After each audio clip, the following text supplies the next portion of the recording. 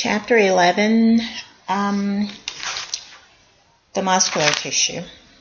This chapter is like the beginning of physiology, and of course I strongly encourage you guys to listen to it because we're going to talk about action potential in this chapter and how your muscles contract on a cellular level, a molecular level.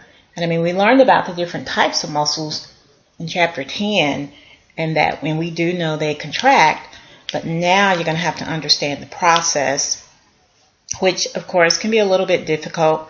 There are actually 3 animations in Blackboard you can watch, and of course I also strongly encourage you to listen to this lecture as well. You're going to talk about an action potential.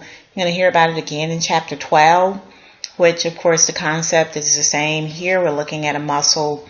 In chapter 12 you're going to be looking at a nerve, of course, and the resting membrane potential is going to be different. But the process, of course, can be a little bit more complex when you get to chapter 12 actually. So I'm going to pretty much cover just the action potential and the myofilaments involved in an action potential. I won't get off into some other aspects of this chapter, but of course you can kind of read that on your own.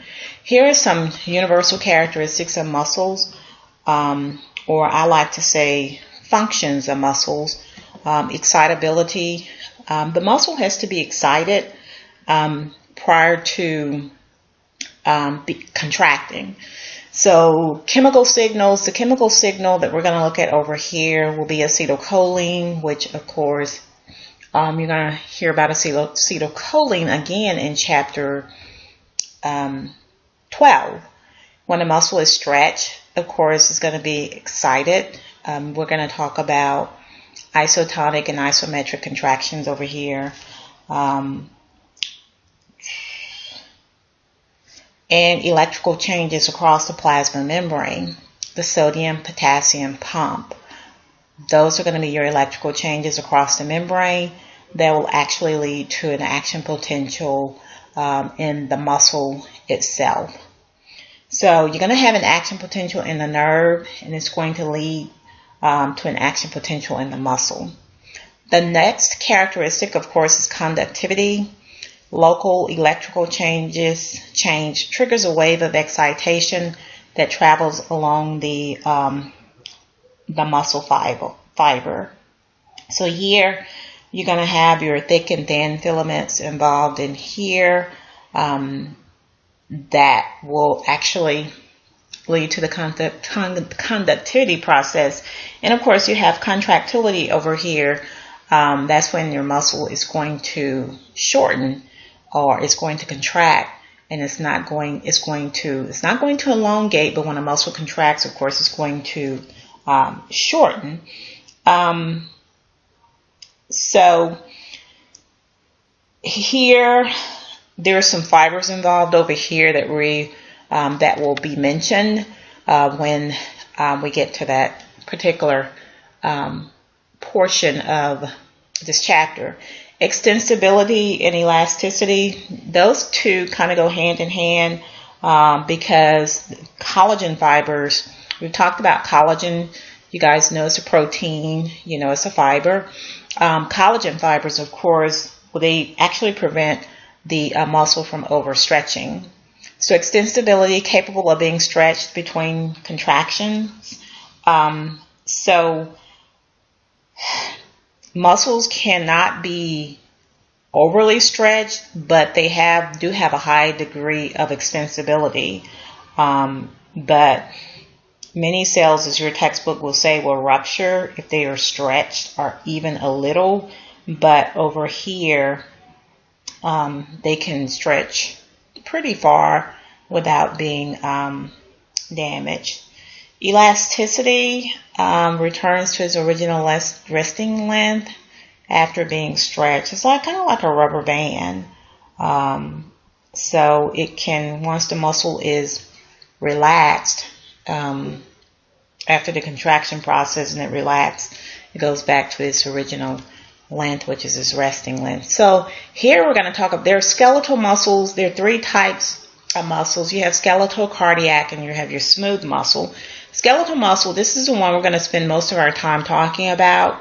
Cardiac muscle, of course, that one is restricted to the heart. The cardiac muscle does not need to be stimulated by a nerve to contract, because your cardiac muscle has a built-in pacemaker. It's autorhythmic, self-rhythmic, which means it pretty much can contract on its own. You're going to talk about the process a little bit more when you get to Anatomy 202. The smooth muscle, pretty much the same thing. With the smooth muscle, you don't need a nerve over here as well.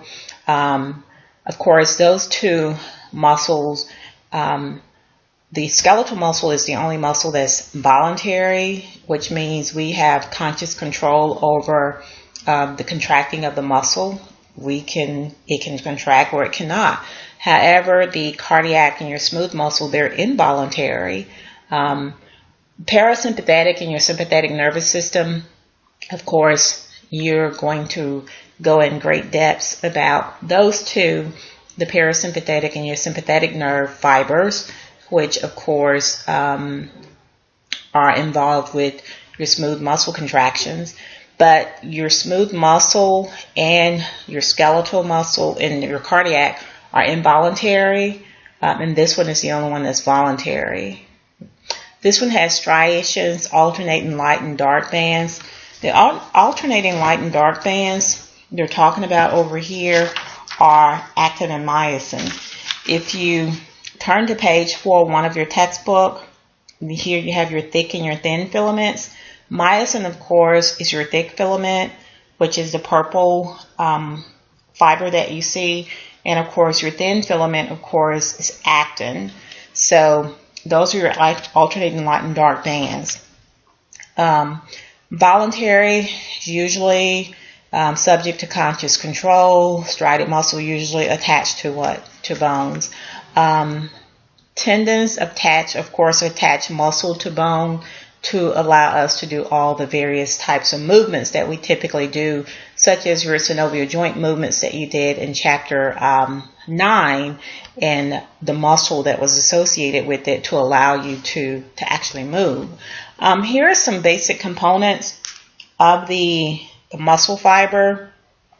You have your sarcolemma here, which is your plasma membrane. The sarcoplasm, of course, in your sarcoplasm, you have this carbohydrate or polysaccharide, if you took biology 103, called glycogen. Of course, glycogen is stored to provide energy for what? For exercise. So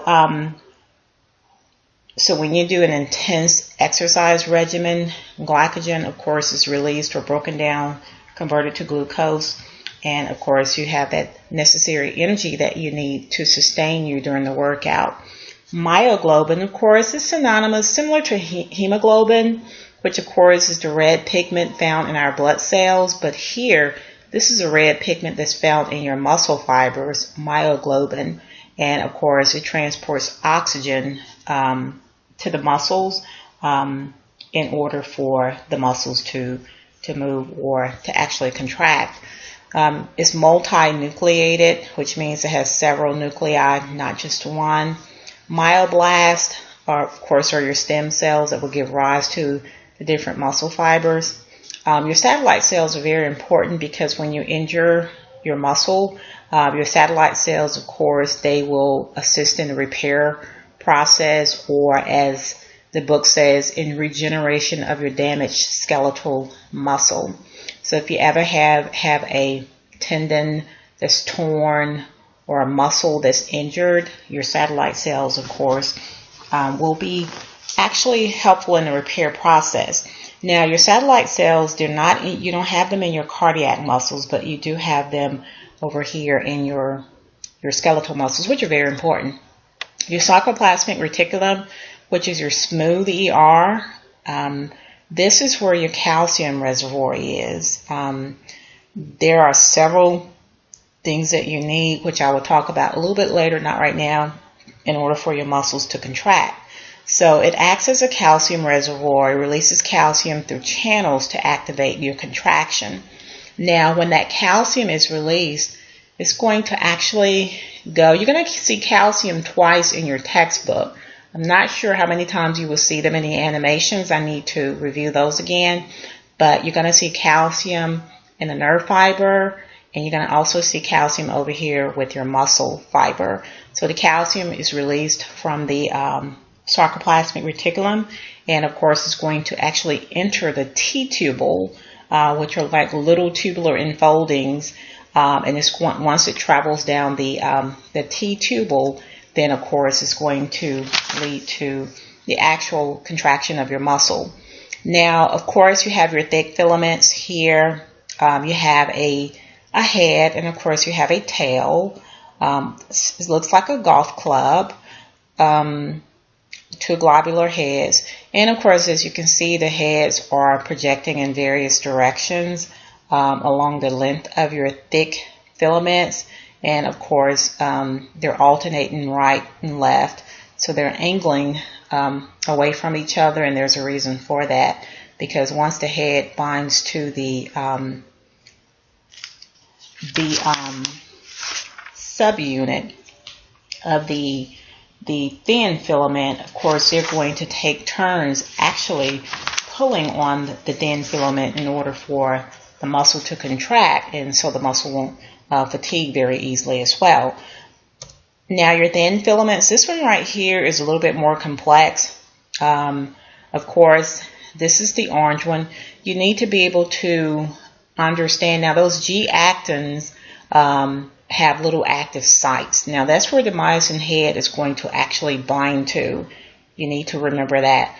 Tropomyosin and troponin, of course, those are considered your regulatory proteins. They will determine when a muscle will and will not contract. So those play a very, very important role in the contraction process as well, but they're regulatory proteins. They regulate. They're not your contractile proteins. Your contractile proteins are your thick filament, which is called your myoglobin, your thin filament, which is called actin. Okay, so here's what happens. As you can see, tropomyosin looks like a little blue, pale baby blue rope, because tropomyosin is actually covering those active sites on the G-actin subunit. So what happens is when calcium binds to troponin, which is that little gold cone-shaped structure that you see, once it binds to the troponin, it's going to cause that little rope of tropomyosin to move, exposing those active sites. And of course, it's going to allow the myosin head to actually bind to those active sites in order for the muscle to contract. So once again, here are your contractile proteins: myosin, thick filament, actin, thin filament do the work of contraction. Regulatory proteins act like a switch that determines when your fiber can and cannot contract. Okay, troponin changes shape and moves tropomyosin off the active sites on actin. That's when calcium binds to it, to troponin, exposing those active sites. So calcium has to bind to troponin in order for tropomyosin to move, which is covering the active sites and exposing them. So dystrophin, of course, is another protein. Now, elastic filaments, of course, is another protein as well that's involved in the contraction process. So your elastic filaments, they actually prevents the muscle from overstretching, and it's going to help it to recoil back to its original length or its resting length once the muscle is done contracting. Dystrophin, of course, is clinically important protein. This one right here, if there's a defect in this particular protein, dystrophin, which is that little orange structure that's bound to your one of your linking proteins, and it's bound to your thin filament as well. of course, it can lead to muscular dystrophy. Muscular dystrophy is a disorder that's common in boys. Of course, leads to muscle weakness if there's a defect in this particular protein. Duchenne's muscular dystrophy is one of the muscular defects is actually talked about in this particular chapter here. At the end of the chapter, you definitely need to read about muscular dystrophy, of course, which is common in boys, which is a hereditary disorder. And of course, it typically, boys are typically diagnosed around the ages of 2 and 10, I think your textbook says, but some textbook says some of the common symptoms with muscular dystrophy, of course, is weakness in your legs. The kids are always falling down. They can't play or keep up with the other kids. And usually that's a sign of muscular dystrophy. It typically will start in your hips. It's progressive and it goes to other muscles in the body. It will go to your abdominal region, the spine, and of course, it will lead to your respiratory muscles, will have an impact on those as well as your heart.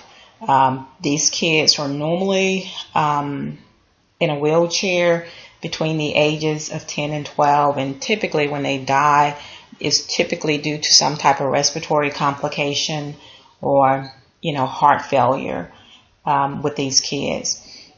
So, like I said, it's typically a defect in this particular gene or protein here. Well, the gene for the muscle protein dystrophin. You can read more about this one on page 429 of your textbook. And it just kind of gives you the genetics behind it as well. And, of course, it talks about the facioscapulohumeral muscular dystrophy, which, of course, I don't think is as common as Duchenne's muscular dystrophy. So here are your striations. Here your alternating light and dark bands. Now, your A bands are dark, which means those are your purple ones. That's myosin, and that's your thick filaments. Now, if I put on your test A band, myosin, thick filaments, those are all the same thing. So you won't feel confused or hopefully won't think I'm trying to trick you or anything. Your I bands, of course, are light. The orange ones, as you can see, those are your thin filaments, and you can see that they're overlapping. That's why they're called alternating light and dark bands, striations. So you can see your thin. Your thin, of course, is what? Actin. And, of course, those are your I bands. Myosin are dark. Your A bands. And, of course, they're thick. Actin is light. Your I bands. And, of course, they're thin. Another structure, if you look, you have what you call Z-disc. If you look both on the right and left ends of this particular striation figure they're showing you, these are your Z-disc. From one Z-disc to the next, of course, is called a sarcomere, S-A-R-C-O-M-E-R-E. That's what actually shortens when your muscle contracts. Typically, we think that these contractile proteins, actin and myosin, are contracting, but these are only simply sliding past each other. But your Z-disc, of course, is going to start coming together closer to that M line. And, of course, your thin filaments are just going to simply slide past your thick filaments. Okay? So, from one Z-disc to Z-disc, of course, is a sarcomere. That's going to actually shorten when your muscles contract, not your actin myosin. And here you have it here. It's underlined here because apparently it's on the test. Sarcomere, segment from Z-disc to Z-disc, functional contractile unit of the muscle. Your muscle cells shorten because the sarcomere is what causes it to what? To shorten. So, neither your thick nor your thin filaments change length during shortening. Okay, only the amount of overlap is going to change. This is called your sliding filament theory. that you will read about later in the chapter. So remember what a sarcomere is, and remember that in order for the muscle, when your muscle contract, that your thick and your thin filaments are only overlapping each other or sliding past each other. They are not shortening. So just to review, I want you to ask yourselves, which one is myosin, which one is actin, which one is thick, which one is thin, which one is light, and which one is dark.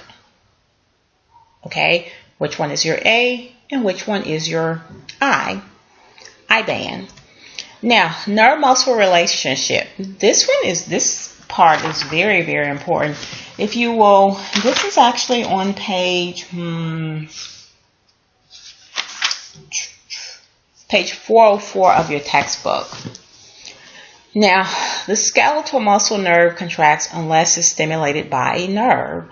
Remember I told you guys earlier that your cardiac and smooth muscle does not need a nerve to be stimulated. However, in the case of our muscles, there has to be a nerve that's going to send a signal to the brain and your spinal cord telling the muscle to what? To contract. A specific muscle, that is. Okay? If nerve connections are severed or poisoned, a muscle becomes what? Paralyzed. For example, individuals that have a spinal cord injury, those nerves that are actually exiting the intervertebral foramina from the spinal cord, if one of those nerves, of course, is injured, or of course the connection, of course, is severed, the connection, of course, is that signal is connected to your brain and your spinal cord, then of course the person, there's not going to be a signal that's getting to your brain or your spinal cord, and of course that muscle can no longer be stimulated, or it's not going to be contracted. And oftentimes, well, some people end up in a wheelchair, if they have a low spinal cord injury. However, if they have a high spinal cord injury, they don't have any use of their upper or lower extremities, which of course can be a detriment. So when denervation atrophy occurs, now we've studied atrophy and we know that the muscle is going to shrink, but denervation simply means that the nerve has been, like I said, severed or poisoned, cut, or something has happened to it, and of course it's going to remain disconnected. So if you will look on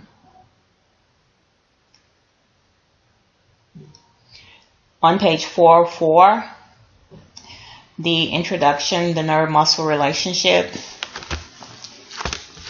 Skeletal muscle nerve contracts unless it is stimulated by a nerve or artificially with electrodes. If its nerve connections are severed or poisoned, the muscle is paralyzed. If the connection is not restored, the paralyzed muscle wastes away in a shrinkage called denervation atrophy. Muscle contraction cannot be understood without first understanding the relationship between your nerve and your muscle cells. So we're going somewhere with this, people. Okay, here we go. Here's the hard part is coming up, that neuromuscular junction. Okay, so here you have, they're called motor neurons. Chapter 12, we're going to talk about, I'm going to mention to you guys sensory neurons. You're being introduced to motor neurons here, so you're kind of getting your appetite whet a little bit. So you have these somatic motor neurons. Somatic means body. Nerve cells whose cell bodies are in where? That's your brain stem, okay? And the spinal cord that serve your skeletal muscles. Remember that nerve has to send a signal to where? The brain and your spinal cord. Now you have fibers, somatic motor fibers, and you have those axons. If you will look in your textbook at figure 11.6, okay, you have motor neuron number 1 and motor neuron number 2. Now, there are only two motor neurons, and they're actually exiting, they're leaving the axon. You can see that, the spinal cord, that dark tannish looking area that you see, those are called, the one in the back of the spinal cord where you see that nerve is called the dorsal horn, okay? And of course, the one, of course, in the front is called a ventral horn, okay? So you have your ventral horn, you have your what? Your dorsal horn. The ventral horn, that's where your motor neuron number 1 and your motor neuron number 2 are coming from, the ventral horn. Okay, so the signal has to go from your spinal cord by way of the ventral horn. So now, but you can see I'm jumping the gun a little bit. Those fibers, as you can see, each one of those motor neurons is connected to several muscle fibers. There are 4 for the red ones, and there are 4 actually for the blue ones. So each nerve fiber branches out to a number of muscle fibers. Each muscle fiber is supplied by only what? One motor neuron. You got one blue one, one red one, but you've got several what? Nerve fibers that are actually connecting with the muscle fiber. That little pad that you see, of course, is called your axon terminal. Okay, so the axon terminal, which looks like little electrodes, is actually that little pad that you see on the muscle fibers. That's going to actually, the signal has to cross that pad in order for that muscle to contract. So here you have it here. Muscle fibers are one motor unit dispersed throughout the muscle, contracting in unison, provide ability to sustain long-term contraction as motor units. They take turns contracting. Effective contraction usually requires contraction of several motor units at what? At once. So you can have small or large motor units. Small motor units, when you only need that fine degree of control, your eye, for example, would have small motor units. Your tips of your hand or your hand itself, where you need that prehensile grasp or opposition, of course, will have small motor units as well. So like, for example, in your eye, there are about 3 to 6 muscle fibers per neuron. There aren't a lot of muscle fibers, and of course, you don't have a lot of neurons as well. So that's why your eye blinks consistently, because you have those small motor units. Now, you also have large motor units. Those muscles where we need a lot of strength, guys, such as our hamstrings, those quadriceps, your gastrocnemius. Of course, you're going to have a lot, thousands of muscle fibers there for each motor neuron, because those muscles are bigger. So that's where you're going to need that power, or those large movements that we do. You're going to have those large motor units, such as, like I said, your hamstring, your quads, the gastrocnemius. Let's not forget the gluteus maximus as well. Will have large motor units. Now, here we have here.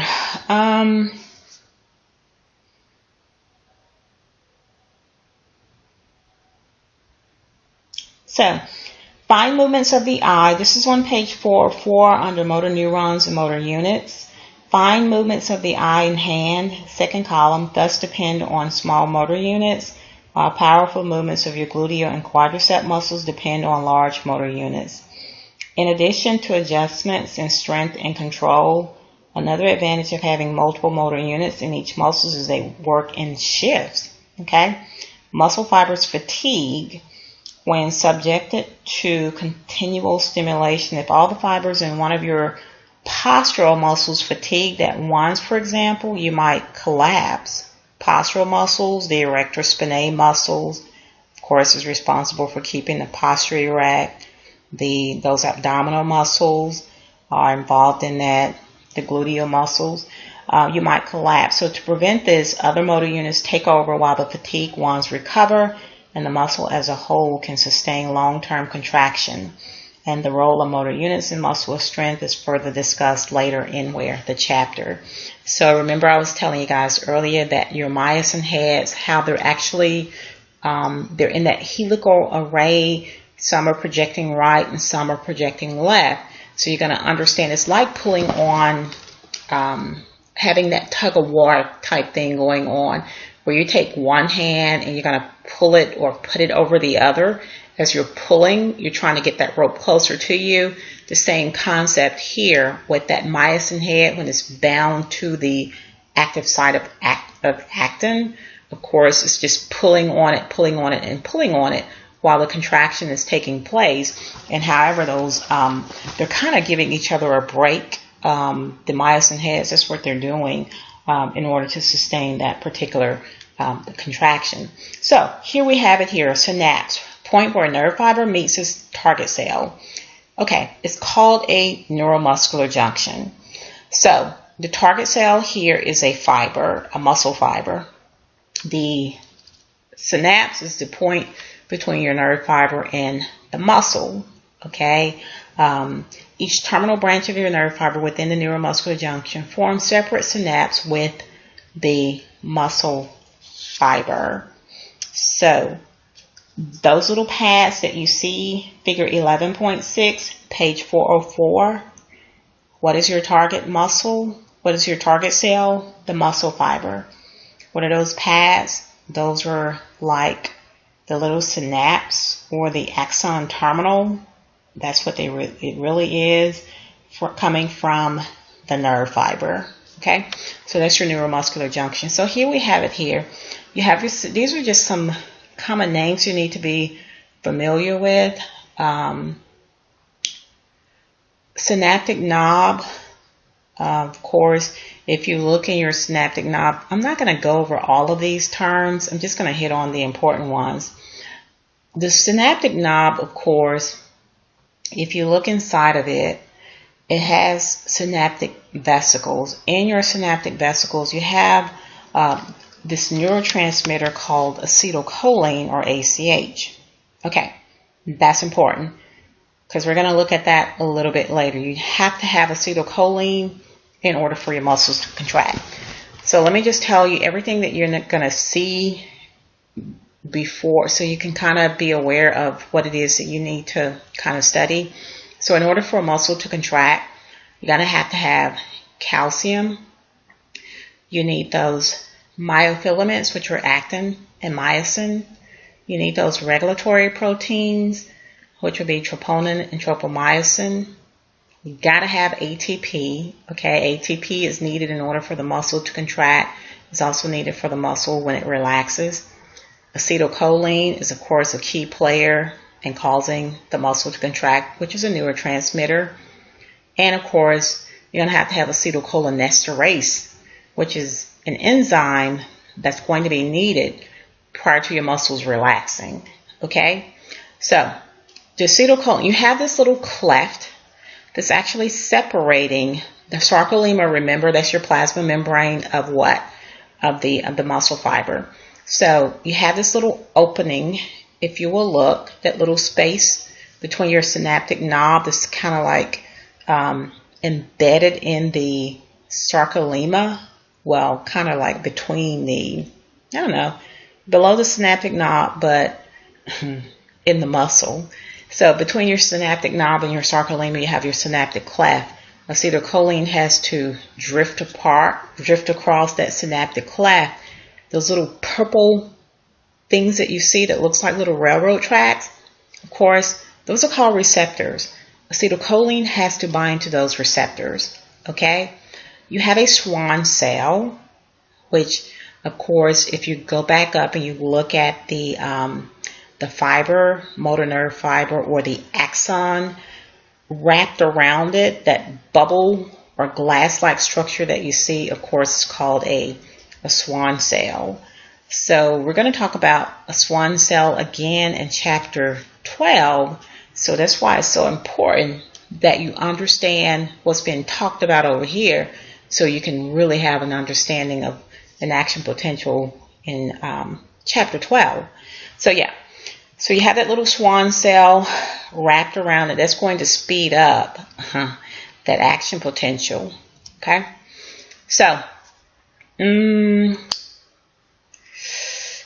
I just talked about all of this. Exocytosis, I think it would be better to look at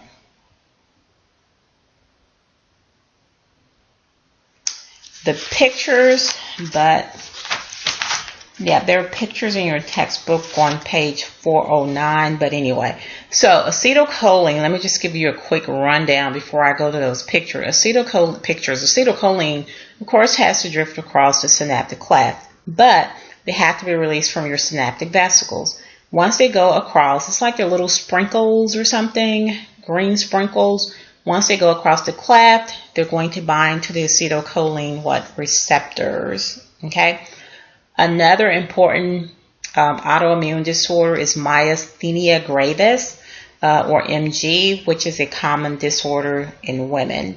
So we talked about muscular dystrophy in boys. Of course, in my MG, of course, is a common muscular defect in women. So those receptors, those little purple receptors that you guys saw that the acetylcholine has to bind to, now when those receptors are kind of clustered together, acetylcholine has a really difficult time binding to those receptors. And I think your textbook says there's a deficiency of ACH receptors because a lot of them are just clustered together and they're not individualized. So what can cause MG? It could be infections, it could be stress, it could be drugs. Pregnant women, of course, can get MG. That's when it's an autoimmune disorder once again because your antibodies are actually attacking this neuromuscular junction that you see here. So when the antibodies are attacking it, their muscles become very weak, okay? Because first of all, acetylcholine is not binding to those receptors. That's why they have to take immunosuppressive drugs, which is one of the drugs we're going to talk about at the end of the chapter, is to suppress or prevent the antibody from attacking the neuromuscular junction. That's one of the drugs that they have to take. If you will go over to, once again, to the end of the chapter, if you go to the end of the chapter, it talks about MG. Of course, it typically starts in the face. Now, that's on page 429. It is an autoimmune disease in which your antibodies attack the neuromuscular junction and bind ACH receptors together in clusters. Okay? The muscle fiber then removes the clusters from the sarcolemma by endocytosis. The muscle fibers become less and less sensitive to acetylcholine. Now, it affects your facial muscles first. I talked about Bell's palsy in chapter 10, but anyway, if you will go over, they're showing you a picture because it starts typically when a person is asked to look up, as you can see, which side of her face, the right side, the eyelid, of course, is starting to droop because the muscles, of course, are very weak. So, of course, so when you have that sagging eyelid, of course, is called ptosis. Okay, so that orbicularis oculi muscle that we talked about in chapter 10, of course, is not able to do its job. Okay, and then you have, like I said, they take immunosuppressants, acetylcholinesterase inhibitors, because you don't want acetylcholinesterase breaking down acetylcholine because the muscle is already relaxed. So you want to take something that's going to actually inhibit that. Okay, so definitely drooping eyelids and double vision, page 430, due to strabismus, inability to fixate on the same point with both eyes. The initial symptoms are then followed by difficulty in swallowing, weakness of your limbs, and poor physical endurance. Some people with MG die quickly as a result of respiratory failure, but others have normal lifespans. One method of assessing the progress of the disease is to use bungarotoxin, a protein from cobra venom, that binds to ACH receptors. Okay, and then they talk about ways to treat it, the cholinesterase inhibitors, I think that, yeah, immunosuppressive agents. I think there's removal of the thyroid gland. Yep, have a thymectomy, and of course plasmapheresis, because you want to remove those antibodies that are actually causing the illness. You're trying to remove those as well out of the blood. So acetylcholinesterase is going to break down acetylcholine, allowing the muscle to relax. So people with MG, that's why they have to take the cholinesterase inhibitor to prevent that from happening, because their muscles are already relaxed. Okay. Electrically excitable cells, their membrane exhibit voltage changes in response to stimulation. Okay, if you will go back to page 405. So all of this is on page 405, these important terms.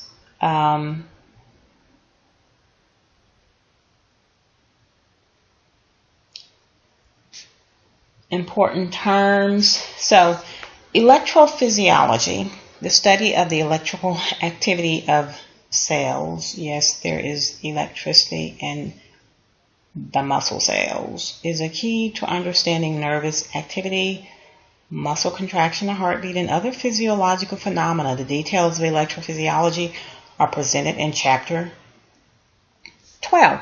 Okay, so first of all, you have what you call a resting membrane potential, minus 90 millivolts, okay, in skeletal muscles. The resting membrane potential for a nerve in chapter 12 is going to be minus 70 millivolts. You understand this part, you'll understand chapter 12, okay? Minus 90 millivolts, that's where the muscle cell is actually resting, waiting for something to happen, okay? The sodium-potassium pump is what maintains the resting membrane potential. Okay, here you have the sodium-potassium pump, okay? I normally draw this out on the board. Okay, you have a higher concentration of sodium outside of the cell. The outside of your cell, the extracellular component, is more positive. However, if you go on the inside of your cell, that's where your potassium is going to be. Potassium has a positive charge too, but there are other anions in the cell, inside the intracellular portion of the cell or the fluid, okay, such as proteins, nucleic acids, and things of that sort, that's going to make it more negative. So that's why you have that minus 90 millivolts. Now, when that sodium and potassium starts moving, sodium is going to start going into the cell, potassium is going to start going out. That's when it's going to switch from minus 90 millivolts to a positive 75. Why? Because now you have those positive sodium ions inside of your muscle cell, which are making it more positive now. Got it? Inside, of course, is more electronegative, which is why you have the minus 90 millivolts. Outside is more electropositive. However, when those gates open and sodium and potassium start moving, that's when sodium is going to go in and it's going to override those negative ions that are in there, because you're going to have more of them in there, okay? And it's going to shift to a positive number. I hope that makes sense. Think about a battery. Yeah, I think it gives an example of a flashlight battery or something. Page 407. That's important. 407, that second paragraph. Okay? Which is kind of what I just read or told you. That's a lot to read. But anyway. When a nerve or muscle cell is stimulated, dramatic things happen electrically, as we shall see soon see in the excitation of muscle. Ion channels in the plasma membrane open. Okay, those gates are about to open.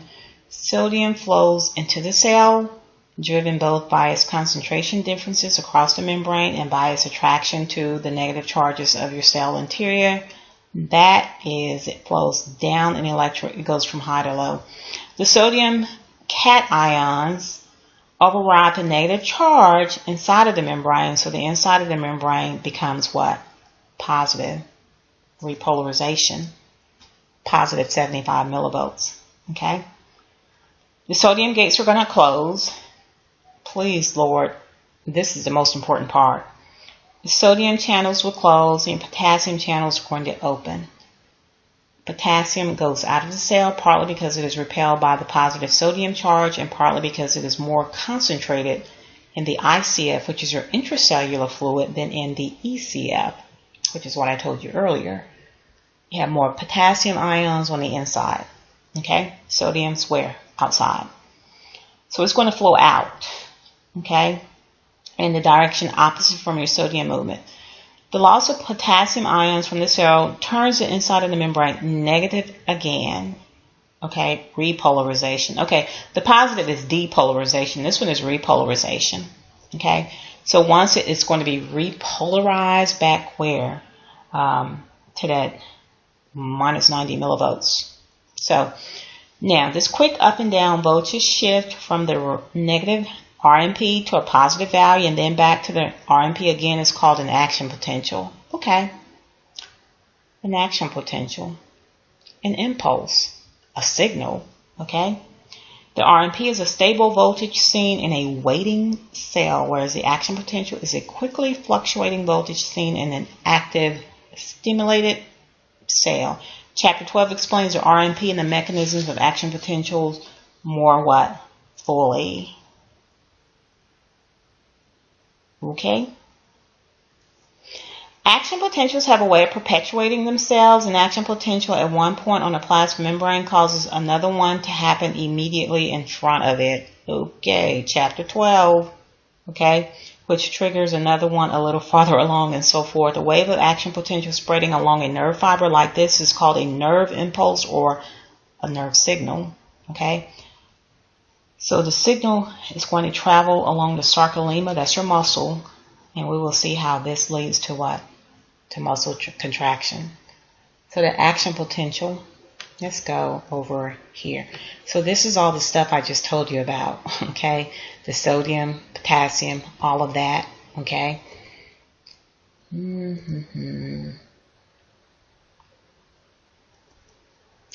Right here. Excitation, 4 phases of contraction and relaxation. Okay, you have excitation, contraction, coupling. Okay, your myofilaments. Nate, what are your myofilaments?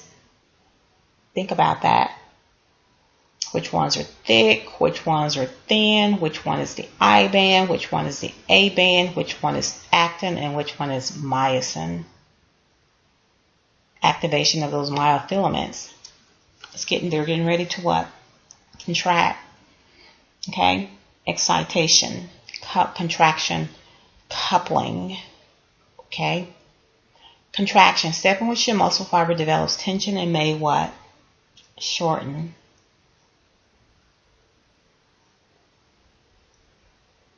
And relaxation, when it returns back to its resting length. When stimulation ends, the muscle fiber relaxes and returns to its resting length. So here we go. So just kind of look at the numbers and look at the pictures.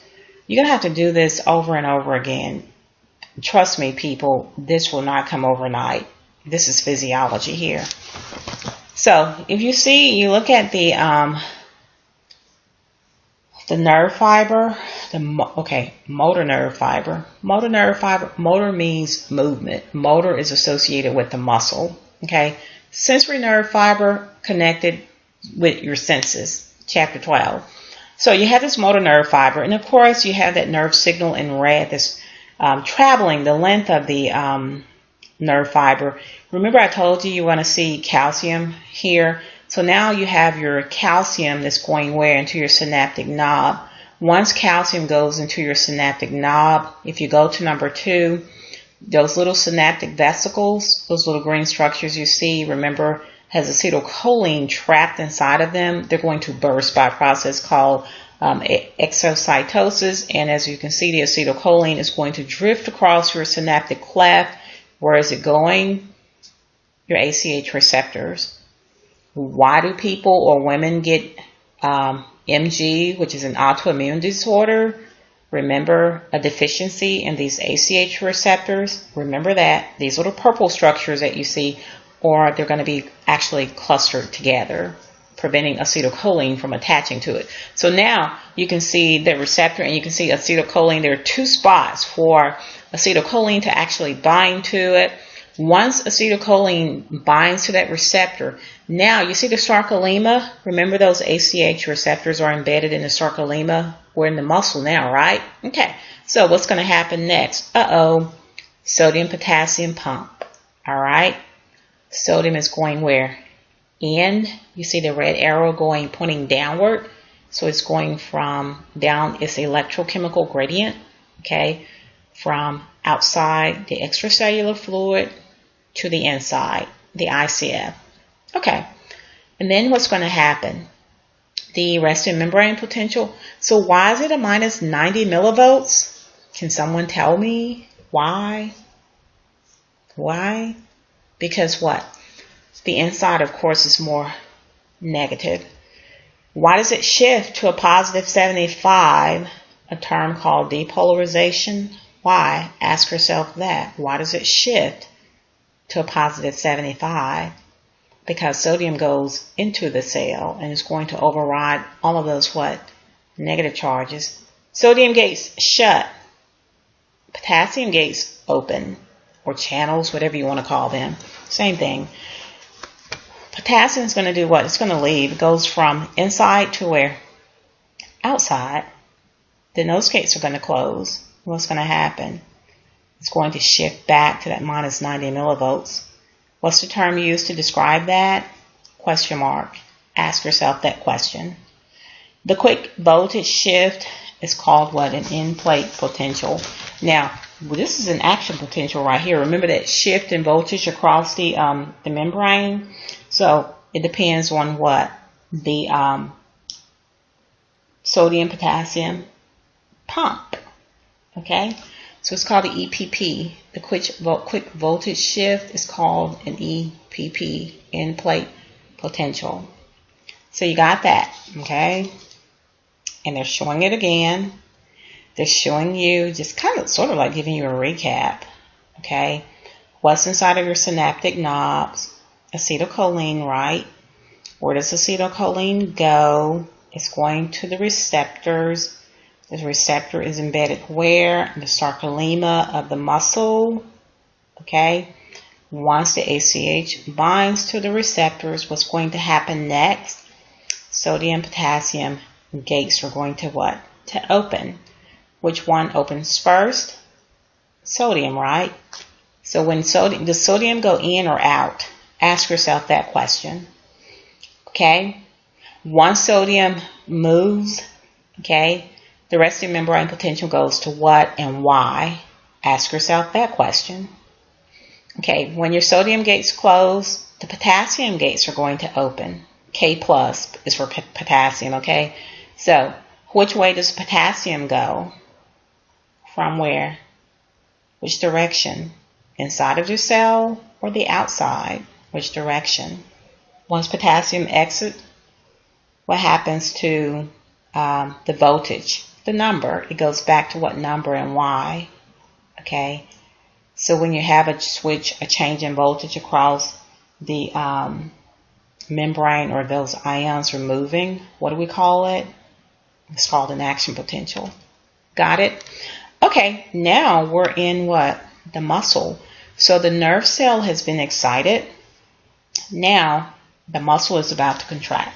Excitation, contraction, coupling. Okay? So now the action potential or that signal, as you can see, is traveling down the T-tubules. Those little bubbles that you see inside of your sarcoplasmic reticulum, what do we call, what is that? Calcium, right? So, take note of that. Move over to number 7 and tell me what's happening. Just look at the picture. So, once that action potential hits that T-tubule, calcium is going to be released where? From the sarcoplasmic reticulum. And think about it before I go to the next slide. Where is calcium going and why? Here you have it. Which regulatory protein does calcium have to bind to? That's what the question you need to ask yourself. Troponin, right? Number 8, calcium binds to troponin. On the thin filament, what is troponin? Is it a regulatory protein or a contractile protein? Once calcium binds to troponin, what happens to tropomyosin? Question mark. Okay.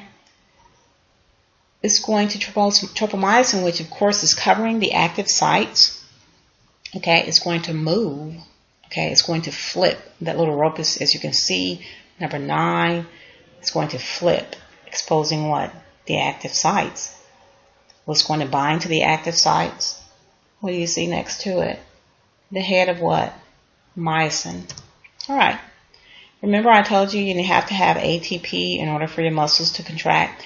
ATPase is an enzyme that's going to hydrolyze, is going to break down ATP. So when it hydrolyzes ATP, it's going to lead to ADP and an inorganic phosphate group. That little PI that you see is an inorganic phosphate group. So it's really like ATP is broken down to adenosine diphosphate and a phosphate group. Put them back together, of course, you're going to have what? Adenosine triphosphate or ATP. So ADP, the inorganic phosphate group, the PI, has to be bound to that head. Okay, that head is going to cock, as you can see. All right. Cocking of your myosin head. Where is that myosin head going? It's going where? To the active site. What's going to happen? It's going to form a cross bridge. This is what you call a cross bridge, where you have myosin and actin bound together. Now, read about rigor mortis. I often use this example. I says, okay, now you have this cross bridge right here, which means your muscles are stiff as a board right about now because they're contracting. Now, of course, when you die, a process called rigor mortis, which is on page 412 of your textbook, the cross bridge, those myofilaments are attached to each other. That's why the body is as stiff as a board. You're dead. There's no ATP being produced, right? ATP is needed for the muscles to relax, and that cross bridge has to be broken. Now, that cross bridge will be broken when those myofilaments start to decay. Myofilaments, actin and what? Myosin. Okay? And then the body goes back into that relaxed state. It's called rigor mortis, which happens 3 to 4 hours after death. Okay? And then the person relaxes again. Head binds to actin, active site, forming a myosin-actin cross bridge. Okay. Now, it's going to start pulling on it. Myosin releases the ADP in our inorganic phosphate group. All right. Once that happens, what's going to happen? It starts pulling. If you look up top, you see those 3 little black arrows for number 12. The myosin starts tugging at what? Actin. So actin is kind of sliding backwards, as you can see. It's called a power stroke. Okay? Upon binding more ATP, okay, now ATP, myosin releases actin, and the process can be repeated. So in order for the cross bridge to be broken, what's going to happen? ATP is needed, which is energy. And then you have this recovery stroke. And then it repeats itself. All right? It's going to start repeating itself. So if you'll look, Make sure you read the sliding filament theory. Think of the sliding filament mechanism. This is page 408, the last paragraph under contraction. However, it's being similar to the way you would pull in a boat anchor hand over hand. Of course, I think I use tug of war. Doesn't matter. When the myosin head cocks, it is like your hand reaching out to grasp the anchor rope. When it flexes back into the low energy position, it is like your elbow flexing to pull on the rope and draw the anchor up a little bit. When you let go of the rope with one hand, you hold on to it with the other, alternating hands until the anchor is pulled in. Similarly, when one myosin head releases actin in preparation for the recovery stroke, there is many other heads on the same thick filament holding onto your thin filament so it doesn't slide back. At any given moment during contraction, about half of the heads are bound to the thin filaments and the other half are extended forward to grasp it farther down. That is, your myosin heads do not all stroke at once, but contract sequentially. Okay? You don't want your muscles to get tired. And then it's going to relax. So you're not lifting those heavy weights anymore. You're not trying to build up your biceps. You're not, doing those tricep kickbacks or the tricep dips. You're not doing the squats to build up your gluteus maximus. Okay, you're not doing those lunges. Okay, that's going to tighten up those quadriceps. All right, so you're done. Your muscles need to what? You're probably sore, but they're about to what? Relax. Well, you get soreness the next day. Build up of lactic acid. But anyway, nerve stimulation and the ACA release stop. Okay, there's no signal anymore, right? So, number 15, very important. What's being released? Acetylcholine is being released from that receptor. However, acetylcholinesterase, which is an enzyme, is going to bind to acetylcholine and break it down in order for it to go. It's going to be reabsorbed back where into your synaptic knob and stored back into the synaptic vesicles. Okay? And there you have it. So calcium has to go back where? It's going back to the sarcoplasmic reticulum or the SR. Remember? So they're going back. Everything is going backwards. Just look at it that way. Calcium binds to calciquestrin while in storage in the SR.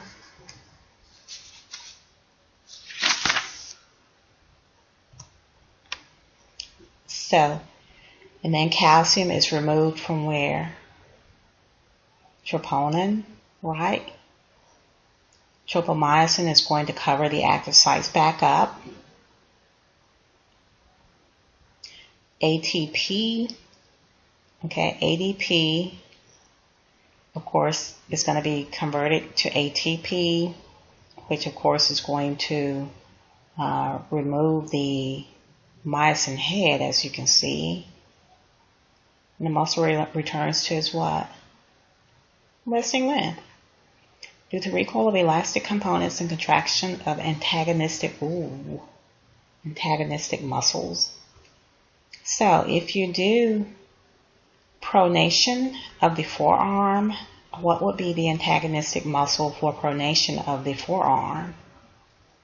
Would be your supinator, right? What if you flex your quadriceps? No, you flex your hamstrings. What's going to be your antagonistic muscle when you flex your hamstring?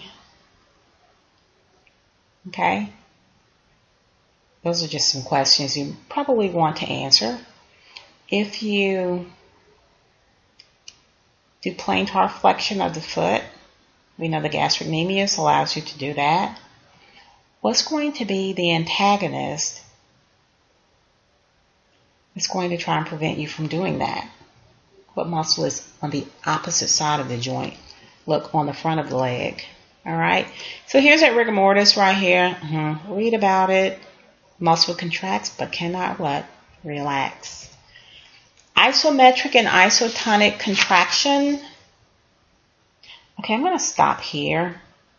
And I'm going to talk about this Well, you guys can understand this. This is not hard to understand right here, but you definitely want to listen to this, that part on the action potential. I should have just done the action potential separately, but hey, I'm just going